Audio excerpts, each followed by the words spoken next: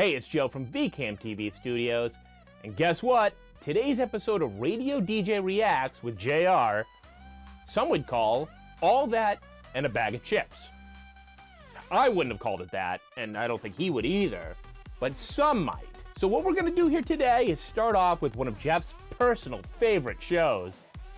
It's 90210, and Donna Martin, she's gonna graduate. Sorry, it's not that episode. Donna Martin isn't gonna graduate. She's just gonna become a radio disc jockey. Radio DJ reacts, feel the rhythm it attracts. And now I'd like to introduce my temporary replacement. Look out, Howard Stern. Here's Donna Martin. Hot Donna. Watch out, Howard. Good morning, West Beverly. This is Donna. You just said who you were. Come on, keep going. You got this. Call 911. She's dying. Let's go. Dang it. Donna, you gotta talk louder. This is Donna. Donna, coming to you from... Where am I? Oh, no. I can't do this, David. Donna, forget about them, okay? It's just the two of us in here. Just forget about them. Good advice. Come on. Better hair. I'm Good advice, coming better to hair. you from a room, which I'm sharing with David Silver, my very understanding coach. He'll be on vacation for a while, doing the study thing, getting ready for an early graduation. And won't he look good this June in his cap and gown? Yes. Okay, well, now we're ready for... That's a sick jacket she has on with all the CDs, though. Wow. I'm kind of envious of that. She is super nervous right now, isn't she? What would you do if she walked in this nervous? How would you coach her? What would you do to bring her back down to earth? Well, you know what the perfect example of that is? Howard Stern's Private Parts. The scene where he's hyping up this like sporting goods store. And this scene has always stuck out to me. It's always been with me all of these years. Our new sponsor, Stanley Sport, is a great place to go. And he's talking about how great the place is and how he used to go there with his dad and they'd get so many things and they'd spend such little money. There's only one Stanley Sports, and the grand opening is this weekend. Mark it on your calendar.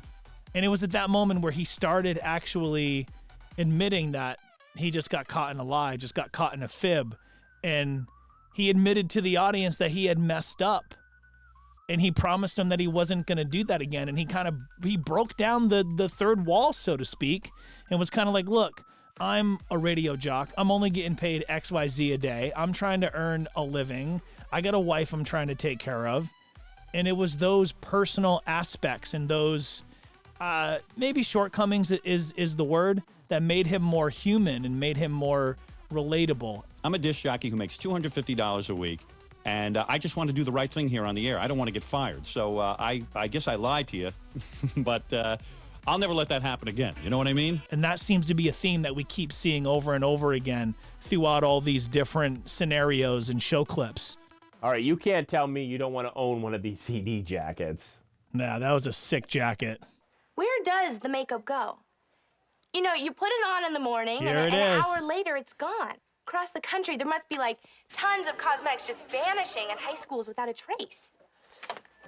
Where does it all go? The answers to this and many other puzzling questions of the universe coming up. I think he jumped in prematurely. I think she may have been onto something there. I think it took her being scared, being nervous to really find what kind of made her tick.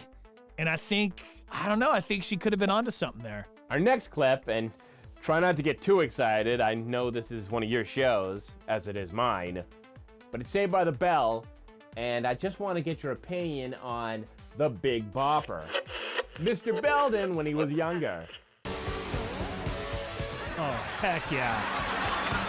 Oh, wow. Hey, wasn't that a happening tune? I'm the Big Bopper, and you beautiful people are grooving to KKTY, the most out-of-sight station in the nation. Can you dig it? KKTY Tiger. Now groove to this groove. He's got his operations down, that's for sure. This is the principal. Report to my office immediately. that jerk want now? Mr. Belding as the Big Bopper is tremendous. It's super stereotypical. It's very tongue-in-cheek. It's very, phony radio guy. Now at 9:30 tonight, a special Beatles segment like we have every Saturday. The Beatles will share the spotlight with the Dave Clark 5. Here's, I think, one of the most typical ones by the Beatles. Guys and gals, dig. So would you say that Belding's radio game was on point? Hey, he was on the board. He had his mechanics down. He was moving around. He was, hitting his sounds, hitting his tracks, and I just thought he was super cool. Like, he wasn't cool at all, but that's what made him cool to me. You know what's kind of strange with these clips? All right, so you have like Family Ties in the 80s episode where their jingle sounded like the 50s. In this one, Mr. Belding plays a jingle that's very 50s sounding. Right. Yet, these shows take place in the 90s. The clip from the 90s is portraying the 60s. The Family Ties one takes place in the 80s, and yet everything has this kind of 50s-ness to it. All right, it's almost like it's KD kind of thing. Yeah. Oh, and then we got my hero, Zach Morris. Good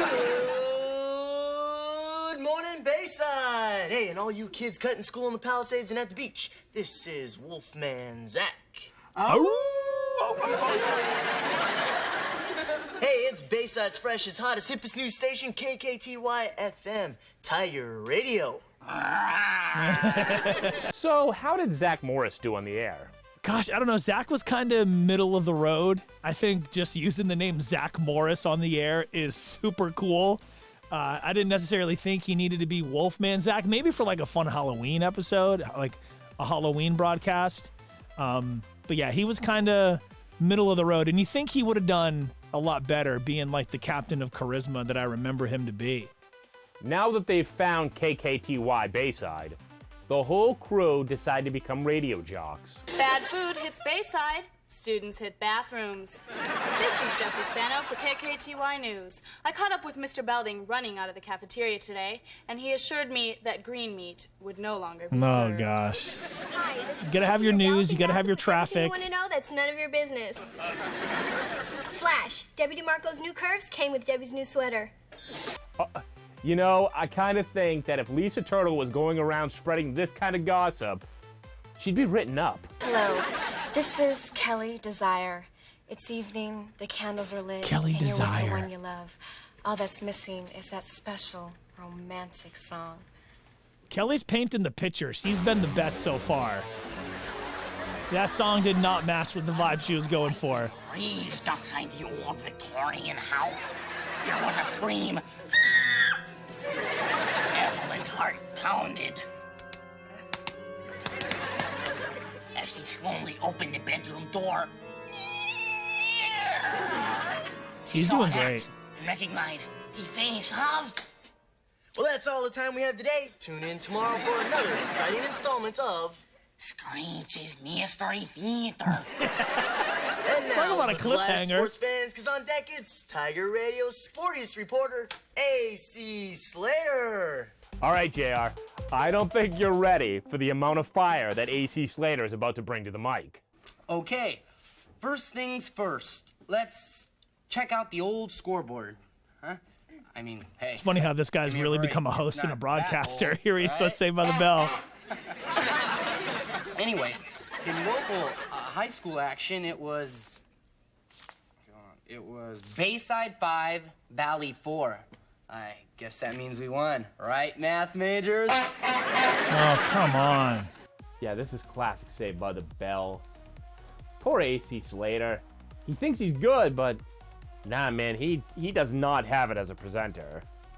Have you ever run into this situation where somebody thinks they're really good on the air, but they really don't have it? In fact, they actively drive away people from listening.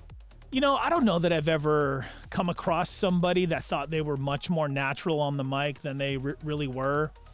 I think it's all tough. You know, public speaking is tough.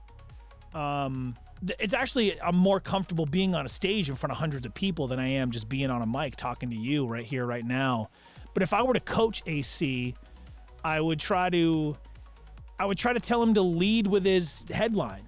right? I always look at every on-air break, and this is what I try to tell a lot of the students that I've worked with, like at the Colorado Media School, for example, is lead with your hook. And every break you do, even if it's a talking segment like AC's was, which was pretty drawn out, I would want him to condense that down as much as he could, right? You don't need to be talking just to be talking, but lead with your hook, get to the meat of the matter, right? What's going on and what are you talking about? And then the third is going to be your call to action. What are you asking the listeners to do? So your hook, your meat of the matter, your call to action. Think about what those are before you even crack the mic. That's what I would try to work out with him. But of course, Mario's gone on to have a much better hosting career than I have so far. So much respect to him. So when you're watching one of those Mario Lopez Christmas movies, or you catch him in one of his million hosting gigs, you've never seen the horn get busted out, have you? I have not, no. That's something that I've never done myself. None of the kids at college did? No, but I've always been really big into sound effects and, having those loaded into your system, into your hotbar, whether it's touchscreen or, whatever, just because they can kind of help enhance your storytelling. This is AC Slater. And just remember, fans, in the airport of life, sports is just the baggage. Think about it. You always got to have a sign-off. I want to talk about that for sure. You always got to have a sign-off. Right. So what do you think? He was the worst. We're thinking about it. See, Preppy, I told you I was good. No. Hey, guys. I think I know what helps Slater. What? A muzzle.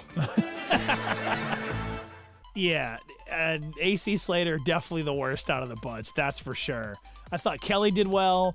I thought Screech did well with his voices and his sound effects. But the one thing AC Slater did well is he had a sign-off.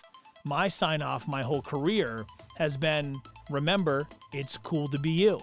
Remember, it's cool to be you. Peace. And that's me trying to encourage people to understand that it's okay to be themselves, and it's cool for you to be you and be into the things that you're into. That was the only thing AC Slater did well. The rest of it was just woof. We got a lot of anchors on KKTY, Bayside. Where on the programming block would you place each one of these personalities? Radio, you have your morning show day part. You have your midday day part. You have your afternoon drive day part, which is my most recent experience. And then you have your night show. I've certainly done my fair share of nights. And then you have your overnights, and I've done those as well too. I would have split them up all into different times throughout the day. But of course, this is only active, the block, that time that they're in school. So who's going where? Gosh, I'm going to probably try to put Slater in the late grave shift because he was just the worst. Probably put Screech on at night because of his stories.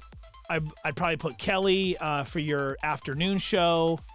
As far as middays go, I think maybe I tried to team up Lisa and Zach, try to get something out of them. And then in the morning time, probably Jesse.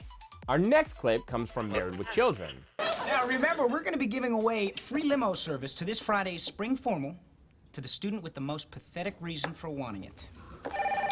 Here it is. You're on the air. Yeah, this is Bud Bundy, and I'm trying Bud to get... Bundy? We have our winner. Oh, no. Poor Bud. So as you can see, they're kind of more talk radio. Now remember to tune in Saturday for our informative interview with Tremaine's new Dean of Students. Informative hell, it's gonna be pure sleaze. We've dug up enough dirt on this mystery man to make a luau pit for Anna Nicole Smith. What's the biggest difference between talk radio and being a disc jockey? Well, the difference is clear. Working in top 40 the last 10 years, we're basically talking as long as the ramp allows us to, and that's typically anywhere from 0 seconds to maybe 15, 20 seconds if you get a good ramp. And obviously we can talk into stop sets and stuff for up to a minute at a time. But talk radio, you have no music to lean on. You're basically leaning on a conversation, and your style goes from, when you're talking up songs and you're jocking, you're obviously talking to one person, but when you're doing like a 3 or 2 person show like this, your approach is more the audience is kind of a fly on the wall, and they get to kind of hear, and hear the conversation that's taking place, and then chime in with their perspective via the phone or social media. This is Oliver and Mark live with Dean Rhodes. What up, collegians? What up? No, Mark. So tell me, Dean, how does it feel to be so powerful and yet so damn good-looking? Did you write these? Feels good. Feels damn good. Have you ever run into this situation? They'll come in with pre-prepared questions, and you're not allowed to go off the script. It's a loaded one. And without going too far and getting myself in trouble, I will tell you that there have been certain acts and certain artists, some of which you listen to regularly, that I would obviously have to submit any conversation pieces and questions ahead of time. And I've had certain ones that have gotten nixed. And I've been told, no, you cannot bring that up.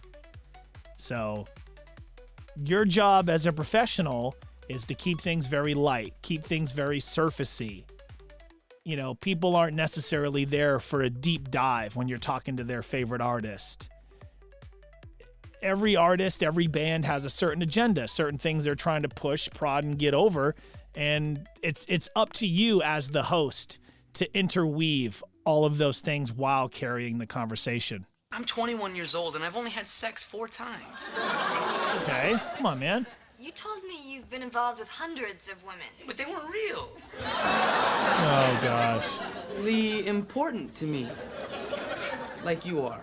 Mr. Bud? Hey, you'll get your shot, Hoop Dreams. Hoop Dreams? April, please choose me. I'm tired of sitting home Saturday nights moaning in 2 different voices so my sister won't tease me. Oh, gosh. I'm stealing that. What is it? We're on the air.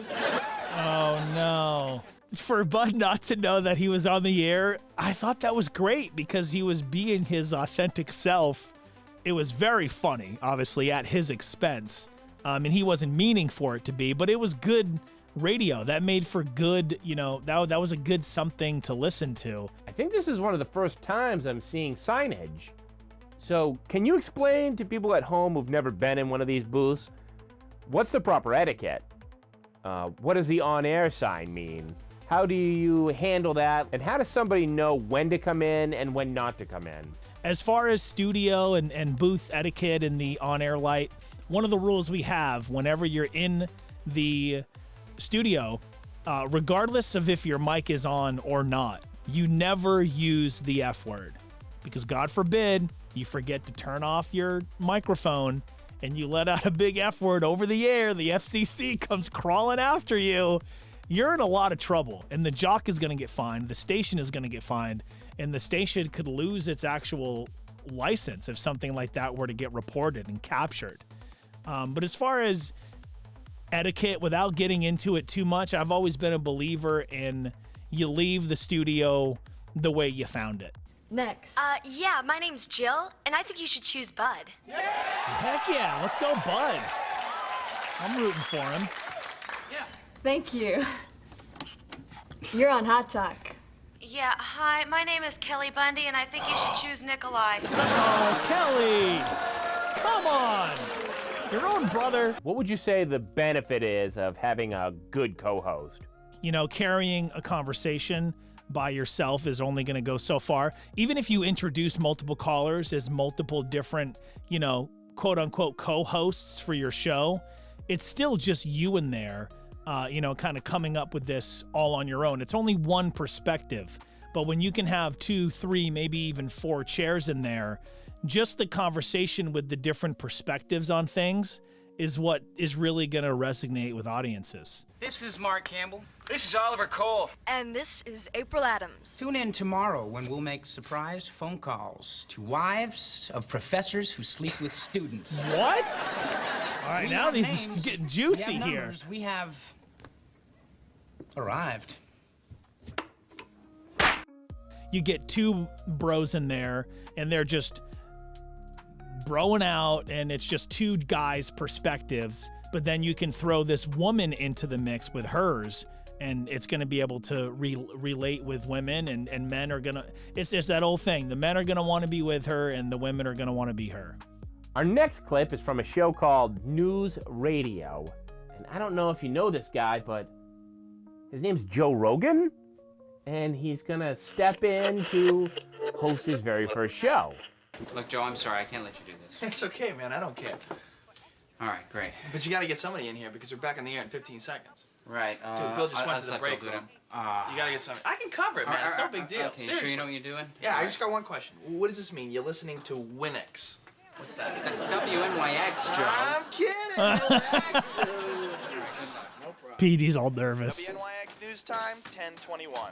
You know, this Joe guy, he might have a career in radio, don't you think? No, I kind of feel like that was the unofficial, like, yeah, that was like the trailer to what the Joe Rogan Experience would become. Now he just needs to talk for another 3 hours. Right. See, and that's where I have so much respect for Joe and what he does. It's coming down to you know, conversations, right?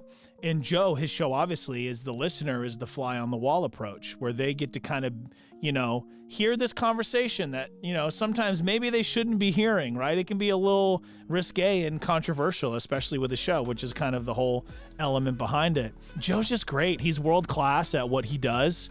And I respect it a lot. The cold front is expected to reach the city by morning, with temperatures dropping to the low 20s. I hate to put you on the spot, but what's causing that cold front, Joseph? Well, if it's anything like most cold fronts, a low-pressure system sitting off the coast is causing cold air to move down from Western Canada. He's trying to slip him up. Interesting. Well, what's new in Washington, Joe?